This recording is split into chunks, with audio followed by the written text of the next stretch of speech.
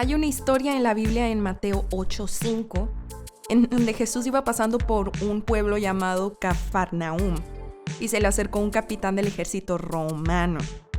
Se le acercó a decirle que su sirviente estaba con fuertes dolores en su cuerpo y no podía moverse.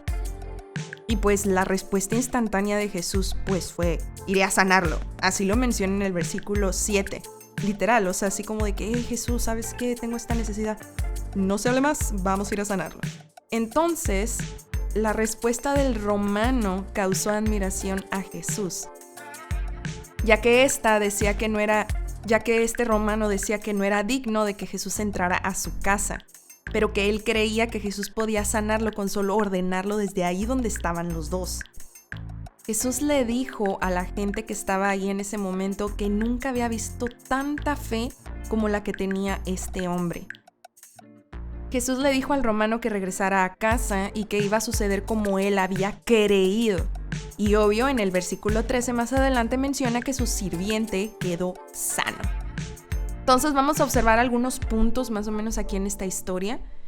Y lo primero que quiero acentuar fue que la fe de este romano era una fe fuera de molde. ¿Y a qué me refiero con fe fuera de molde? No porque fuera una fe desordenada o algo así. No, a lo que me refiero fue fe fuera de molde es que muchas veces nuestra frustración es porque esperamos que Dios actúe de la forma que creemos que va a actuar y nos decepcionamos porque no vemos señales de que Dios esté haciendo algo conforme a lo que esperábamos ver. Ahora, ojo, conforme a lo que esperábamos ver. No estoy diciendo de que Dios no está orando y que Dios se sienta a rascarse el ombligo y nunca hace nada, no. Me refiero a de que nos frustramos porque no vemos señales de algo conforme a lo que esperábamos ver. Sin embargo, Dios no actúa basado a lo que esperamos ver. Si tratamos de esperar a que Dios trabaje de acuerdo a nuestros planos de construcción, probablemente pues vamos a quedar desilusionados. Y no porque Dios no sea bueno o porque no vaya a ayudarnos.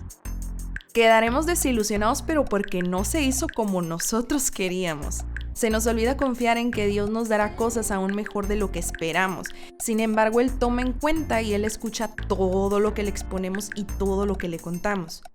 Él conoce nuestro corazón, sabe lo que nos gusta, sabe lo que nos hace feliz, sabe nuestros problemas, pero no siempre va a suceder tal y como nosotros esperamos. Y pues si te pones a pensar, qué aburrido sería saber cómo va a suceder algo todo el tiempo. Aparte, si así fuera, no necesitaríamos la fe y no necesitaríamos acudir a Dios del todo. ¿Y qué sucedió con el romano? Regresando a la historia. El romano ejercitó fe fuera de molde.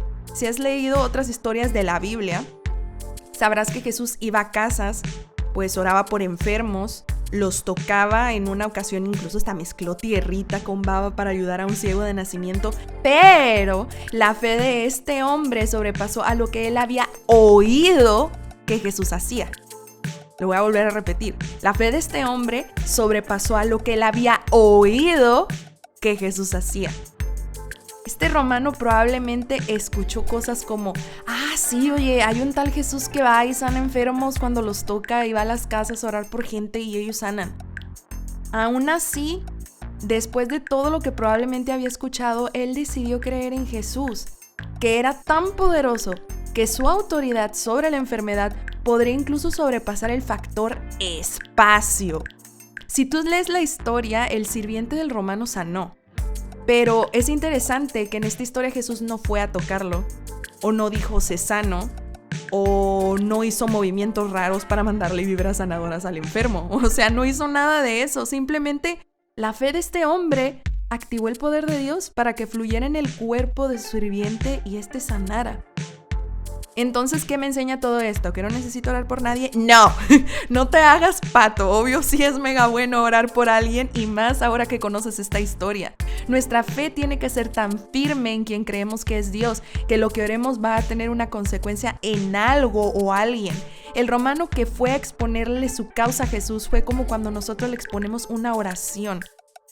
Jesús sanando al sirviente es una muestra de que es tan poderoso que puede hacer sus milagros de formas que no siempre van a ser como las que estás acostumbrado a ver o las que estás acostumbrado a oír de otras personas.